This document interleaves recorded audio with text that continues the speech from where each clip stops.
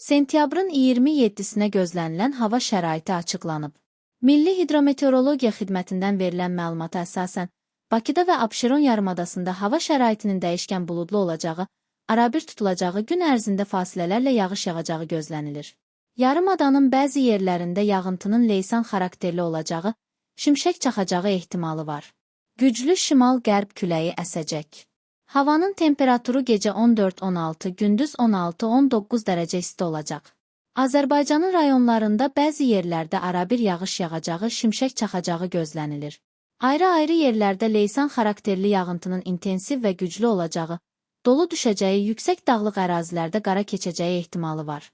Bəzi yerlərdə arabir duman olacaq. Qərb küləyi bəzi yerlərdə arabir güclənəcək.